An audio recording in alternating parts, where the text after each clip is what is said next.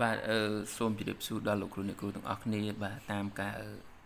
សំដងពោឬក៏ការខមមិនលោកគ្រូអ្នកគ្រូខ្លះក៏ថាមានតាប្រឡងឆមេទី1ហើយនិងប្រឡងឆមេទី2ចំណែកប្រចាំឆមេអត់ឃើញមានបាទអញ្ចឹងគឺនៅក្រោមលោកគ្រូអ្នកគ្រូបាទគឺនៅខាងក្រោមនេះអញ្ចឹងលោកគ្រូអ្នកគ្រូដើម្បីឃើញខាងក្រោមលោកគ្រូអ្នកគ្រូ scroll អត់ឃើញទេបើសិនជា scroll អត់ឃើញដោយសារខ្ញុំចងជាប់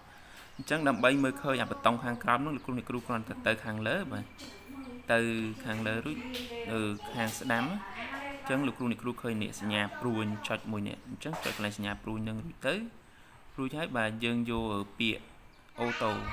តូហើយបាទអញ្ចឹងយើងចុចកន្លែងទៅបាទពេលនេះឃើញបតុងនៅខាងក្រោមបាទនេះមានប្រចាំឆមេទី1ពិន្ទុចំណាត់ថ្នាក់តារាងកិត្តិយសវត្តមានតាមដាននៃប្រចាំឲ្យឆមេទី2អីដូចគ្នាដែរអញ្ចឹងណាបាទអញ្ចឹងលោកគ្រូអ្នកគ្រូបាទចង់ត្រឡប់មកវិញគាត់នៅចុចកន្លែងសញ្ញាព្រួយនឹងទៅ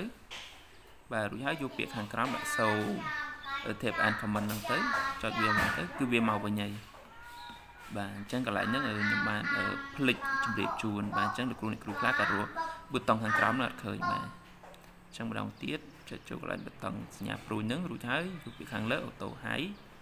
បាទអូតូហើយហ្នឹងកន្លែងហ្នឹងយើងមកឃើញទេក៏ប៉ុន្តែពេលដែលយើងចុចទៅគឺវាចេញចុចសញ្ញាព្រួយ3ហ្នឹងទៅគឺចេញនេះបាទអូតូហើយហ្នឹង